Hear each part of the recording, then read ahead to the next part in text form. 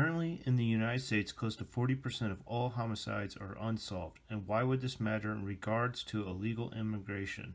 Most people think of illegal immigrants either as hardworking people that are looking to just get by, and some people look at them as people that evade our laws of the country and take advantage of our system in a way that is detrimental to the lower class working people already living here. Motives for various levels of control or lack of control along the border are perceived by various peoples as racist control measures on one end to a globalist conspiracies to build a global nation with no borders on the other. Currently, in the United States, close to 40% of all homicides are unsolved. And why would this matter in regards to illegal immigration? Most people think of illegal immigrants either as hardworking people that are looking to just get by, and some people look at them as people that evade our laws of the country and take advantage of our system in a way that is detrimental to the lower class working people already living here. Motives for various levels of control or lack of control along the border are perceived by various peoples as racist control measures on one end to a globalist conspiracies to build a global nation with no borders on the other. But what are the people actually coming across the border harboring? What are they like and who are they? Many people think more border control can at least control many diseases like measles, which might be brought from countries with inadequate health care, to stemming drug traffic, hampering human trafficking, and etc. Are these legitimate worries? Well, it depends on all parameters, which country they are from, exposure, quarantine efforts, times of year, and etc. Many people think interest in more controls is a form of paranoia or racism. The critics of border control may feel that a free-loving society should allow wayward people that took a difficult journey a chance in our country. This is a very difficult conversation for many people to talk about because the views vary so much on both sides. So MOTM would like to look at some very speculative numbers on how many of these people might be dangerous based on a rough analysis on homicides. First, let's look at how many immigrants are living in the U.S. right now and how many might be in the future. Currently, there are 45.6 million foreign-born people living in the U.S. About 3/4 of them are naturalized or lawful residents in the United States. Of this 45.6 million, about 10 to 11 million are unlawfully living in the U.S. Close to about half of all the unlawful residents in the U.S. are from Mexico. Recent trends show that many immigrants from Central America and other parts of Latin America are replacing Mexico as the Latin country of origin for unlawful immigrants. Before anybody gets offended, remember the true number will never be known, and we may never have the complete answer to this question. There are many variables to consider, but let's first start by looking at homicide rates in the U.S. There were 17,250 homicides in the U.S. in 2016. If we consider the fact that 40% of homicides are unsolved, close to 6,900 people from 2016 are walking freely in U.S. society that committed a homicide.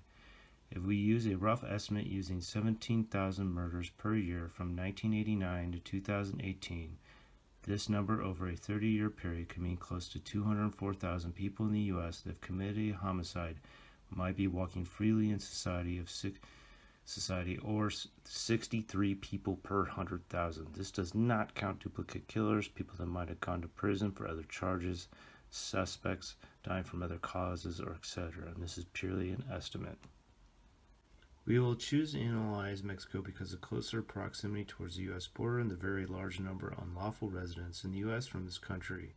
And since the majority of the unlawful residents over the last 10 years are represented by Mexico, currently, 42 out of the 50 of the most dangerous cities in the world reside in Latin America, though it might be observed that 3 of the most dangerous cities in the world reside in the U.S. Mexico currently has a homicide rate of about 29 per 100,000 people. This murder rate is about 5 to 6 times the U.S. rate, and until recent trends, Mexican nationals represented the largest portion of illegal immigrants coming from Latin America. Many of the Latin American countries have similar or much larger homicide rates than Mexico. For example, Brazil had a homicide rate of 30 per 100,000 people. There is also no way to truly know the number of unsolved homicides that take place in Mexico or other Latin American countries. But to give you an idea, it is estimated that 92% of all homicides in Brazil go unpunished, and in 2013 it was estimated that 98% of all homicides in Mexico were unsolved. It was estimated that close to 33,000 homicides were committed in Mexico in 2018. If we apply the 40% unsolved estimation of homicides in Mexico, which is derived by the U.S. homicides unresolved cases, then it can be estimated that possibly close to 13,000 people in Mexico are walking freely in society that may have committed a homicide from 2018. If we use the estimation that 98% of the murders went unresolved, then close to 32,000 people are walking freely in Mexico society that committed a homicide. We applied this estimation method over 30 years using only 15,000 murders per year from 1998 to 2008 and using the 20,000 murders per year from 2009 to 2018. We also adjusted for a changing population. We use Mexico estimates to represent the Latin world since most of the countries have similar higher homicide rates. If we use these numbers using the U.S. unresolved estimate of 40%, then close to 151 persons per 100,000 people in Mexico might be walking freely in society that committed a homicide.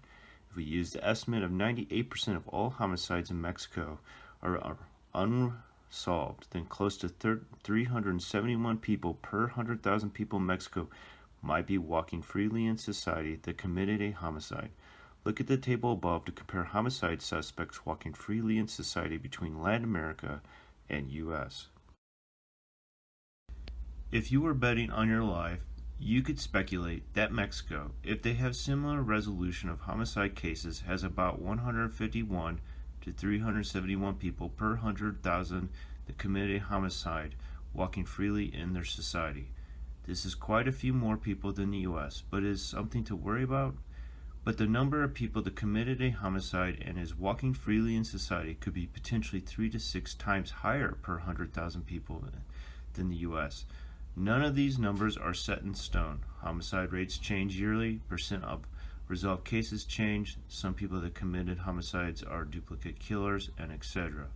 One could say that somebody is leaving their country because they are escaping violence, but you could also say they are leaving because they want to escape justice. Even though that seems high, also consider that 89% of homicides are estimated to be committed by men in Mexico, and men represent about 50% of unlawful residents in the U.S. A very rough analysis suggests that adult-aged men coming from Mexico might have a rate of 302 to 742 people per 100,000 walking freely in society that might have committed a homicide. This could be close to 3 to 8 people per 1,000 people. And 99% of unlawful residents could be the best people you've ever met. So should U.S. policy be to accommodate the other 99% adult males, despite the fact that we know about the danger that the 1% represent? Before you answer that, consider that many people want to change and make stricter gun laws, while the U.S. homicide rate is only 5 per 100,000 people. That ignores the fact that over 98% of the U.S. population lives in a county that has a homicide rate of 2.5 or less than 100,000 people, which is the more present or subtle danger, and 51% of homicides in the U.S. reside in only 5% of the counties. Many people are probably wishing the recently elected president of Mexico Godspeed for the challenges he inherited. Many people following trends and headlines were probably not surprised to hear the most recent news. Depending on your source of information, it is estimated that 33,431 murders took place in Mexico in 2018 compared to 28,861 murders in 2017. Just like last year's numbers, the death toll is probably somewhat higher because of missing persons. Above is a graph that compares Mexico murders to U.S. murders. If U.S. had the same murder rate, the number of murders in the U.S. would be 80,000. If it was only homicides, recently elected president of Mexico may be in a position to quickly solve some of the problems. However, as we pointed out in MOT and Bulletin News Latin American highlights from 2018, Mexico has been plagued by political assassinations, journalist murders, kidnappings, gasoline and diesel production collapse, gasoline theft, and gasoline shortages. Mexico also reached the headlines recently when 89 people died from an exploding gas line that was being illegally tapped. These graphs show the amount of heroin seized on the left and shows the smuggling routes of various cartels on the right. Currently, the majority of the current border barriers are mostly meant for stopping vehicular and are in poor condition. An alternative border plan should at least cover replacement of current border barriers. If you look at the graph or the map that shows the heroin seized along the border, you'll also see that the larger concentrations of heroin is often seized in areas where the border wall is the weakest and is used or developed to mostly stop vehicular traffic and not foot traffic. The map showing the different pathways for the various cartels should be taken with a grain of salt because it's regularly changing and different cartels move onto each other's territory and it's always in flux. This diagram just shows the different costs and prototypes for the various barriers that they want to build along the wall. Prices range from $365,000 per section to $486,000. Currently, Mexico is locked into a quasi-hybrid insurgency or narco hybrid civil war. The belligerents are the state of Mexico, powerful drug cartels. Regular reports describe mass graves, acid used to hide victims' identity, piles of decapitated heads, groups of people hang from the bridges, helicopters shot down, large gun battles, and every atrocity you'd only witness in the most war-stricken countries of the world. Details we feel more comfortable not even discussing in this forum. Except the goal and political ambitions of belligerents is confusing and lost on the average person.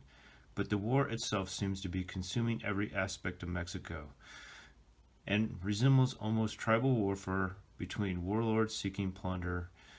Recently, it was reported by NPR, Mexico recorded 29,168 homicides last year, according to preliminary government data published this week. While the tally won't be finalized for several months, security experts are already certain the 2017 figure will mark the country's highest murder rate at least since the official statistics began in 1997, and potentially the highest in the nation's modern history. And very recently, it was also published in 2018, Mexico's homicide rate in January, almost 14% worse than the same month a year earlier. Data published Wednesday showed there were 2,156 homicides across the country in January 2018, or 13.7% more than in January 2017, the Interior Ministry reported. On average, the United States annual murder rate falls around 18,000 people for the last few years. In 2016, the U.S. had an estimated 17,250 murdered and had a murder rate of 5.3 murders per 100,000 people. Though this number may not seem very low compared to 29,000 murders in Mexico on face value, in order to help people see the full perspective on this, we must first look at the murder rate and then compare population size. In 2017, the Mexico murder rate was about 20 people per 100,000 people. Several journalists, whistleblowers also suggest that the real rate was probably close to 24,000 people per 100,000 due to the mass graves and disappearances of people considered a nuisance or competitors of the drug cartel. Either way you look at the murder rate in Mexico, it is about 4 to 5 times higher than the U.S. Another thing to consider is that most Americans do not experience life in the U.S. in an area with murder rates of 5.3 murders per 100,000 people. Crime prevention researchers found that murders in the U.S. are very concentrated. 50% of U.S. counties in 2014 had 0 murders, 2% of counties have 51% of the murders. That means about 98% of the American population experiences life with a 2.65 murder rate per 100,000 people. This graph shows that gun ownership and homicide rates are not directly correlated. United States gun ownership is anywhere between 100 to 500% higher than most Latin American countries. Yet, the murder rate in many of these Latin American countries are 5 to 6 times or 500 to 600% higher than the murder rate of the United States. And within the U.S. counties with high murder rates, it is not uniformly spread around the county. It is often isolated within certain neighborhoods. See the murder rate by neighborhood. Here is a map of Chicago. That means the Mexico murder rate is about 7 to 9 times larger than 98% of the counties in the United States. To put this in perspective for people, since 29,000 murders in Mexico does not seem significant compared to 17,000 murders in the U.S. in the big scheme of things. Considering wars around the world, 7 billion people, and etc., USA's population is somewhere around 325 million people, and Mexico's population is about 127 million people. If Mexico had the same population as the United States, there would have been 74,000 to 88,000 people murdered in Mexico in 2017. Although these figures should be taken with a grain of salt, like the U.S., much of the violence in Mexico is also concentrated in certain areas of the country, but not to the same extent as the USA. View the maps above to identify the Mexico states with the highest murder rate. That means the Mexico murder rate is about 7 to 9 times larger than 98% of the counties in the United States. To put this in perspective for people, since 29,000 murders in Mexico does not seem significant compared to 17,000 murders in the U.S. in the big scheme of things. Considering wars around the world, 7 billion people, and etc., USA's population is somewhere around 325 million people, and Mexico's population is about 127 million people. If Mexico had the same population as the United States, there would have been 74,000 to 88,000 people murdered in Mexico in 2017. Although these figures should be taken with a grain of salt, like the U.S., much of the violence in Mexico is also concentrated in certain areas of the country, but not to the same extent as the USA. View the maps above to identify the Mexico states with the highest murder rate. As it stands now, things do not look good for Mexico. Politics seem very unstable, and candidates are being assassinated on a regular basis. It is an average of one murder of a candidate every 4 or 5 days. This is a margin of violence absolutely unacceptable in the electoral process. We are very worried. According to the PRD's estimate, about 12 members of the party have been assassinated since the beginning of the election campaign in September. Local media report that at least 54 pre-candidates from various parties have been murdered during the same period, while 83 have been assaulted. Since 2006, more than 100 mayors have been killed, according to a report by the National Association of Mayors. And reporting fair and accurate news in Mexico is very difficult. Recently, it was reported in 2017, another Mexican journalist was killed Tuesday in his home as he attended a Christmas party at his son's classroom, bringing the number of journalists killed in Mexico this year to 12, and marking the deadliest year on record for media workers in the country. And in many cases, journalist deaths are not reported because they disappear, and many journalists avoid risk altogether by towing the line and refraining from reporting on drug cartels or politicians. There does not seem to be any fabric of society in Mexico that is not affected by the intimidation or insurgency. This holds true for journalism, politicians, or even nationalized oil industry. It is estimated that over $1 billion in oil revenue is lost to drug cartels and other nefarious operators. This is also happening during a time when Mexico is experiencing a yearly decline in oil production. As it stands now, things do not look good for Mexico. Politics seem very unstable, and candidates are being assassinated on a regular basis. It is an average of one murder of a candidate every 4 or 5 days. This is a margin of violence absolutely unacceptable in the electoral process. We are very worried. According to the PRD's estimate, about 12 members of the party have been assassinated since the beginning of the election campaign in September. Local media report that at least 54 pre-candidates from various parties have been murdered during the same period, while 83 have been assaulted. Since 2006, more than 100 mayors have been killed, according to a report by the National Association of Mayors.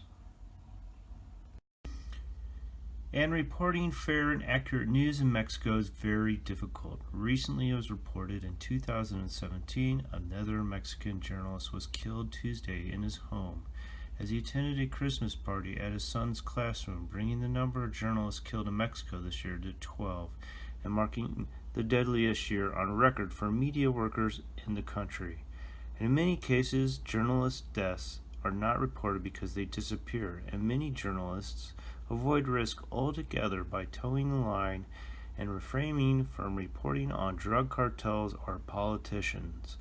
There does not seem to be any fabric of society in Mexico that is not affected by the intimidation or insurgency. This holds true for journalism, politicians, or even nationalized oil industry.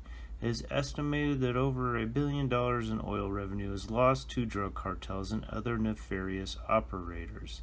This is also happening during a time when Mexico is experiencing a yearly decline in oil production.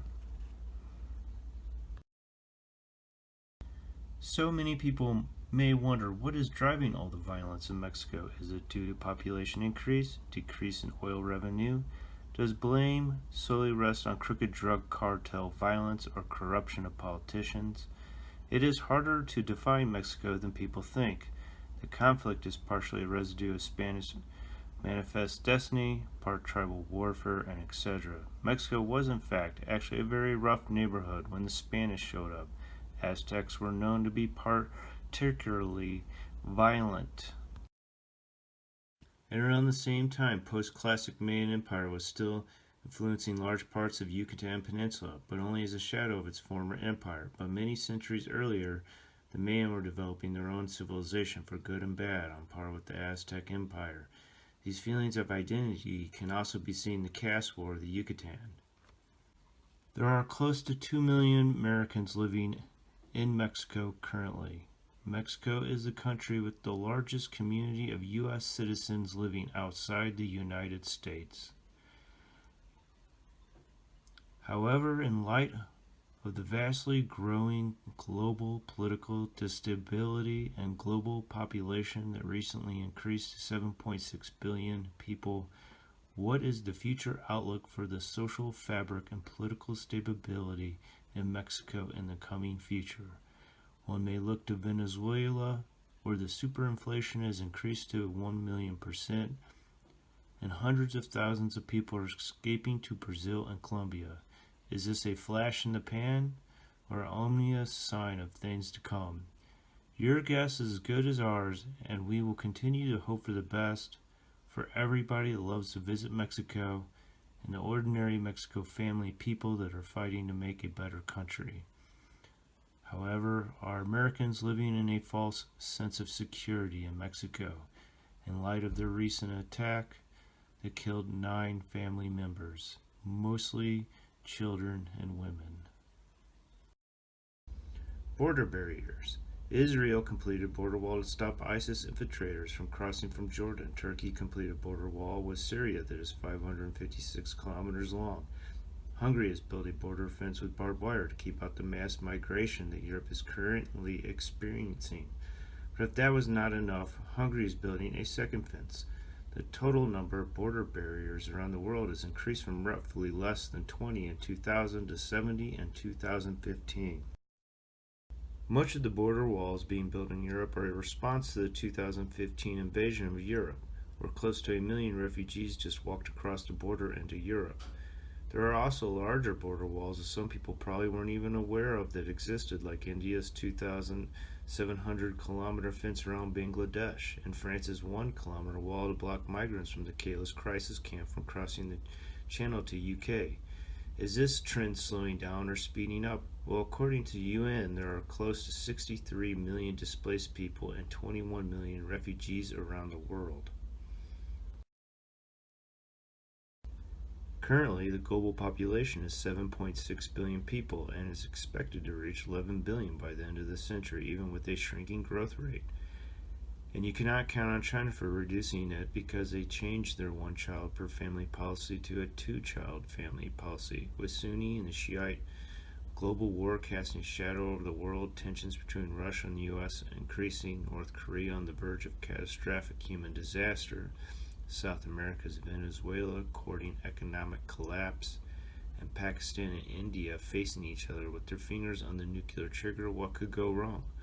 All the world leaders are building walls because they are afraid and they see the writing in the sand. So, in the light of what's happening globally, how should global leaders proceed forth? Can we count on global stability for the forthcoming years? And what is the responsibility of Europe to Syrian refugees, considering Saudi Arabia has 100,000 air-conditioned tents built on the border, sitting empty, which could house up to 3 million people? And before we make any rash decisions on border walls for or against, can we depend on economic, climatic, and political stability to protect our borders? Before we make any decisions about what is wrong or right, and how should we proceed forth?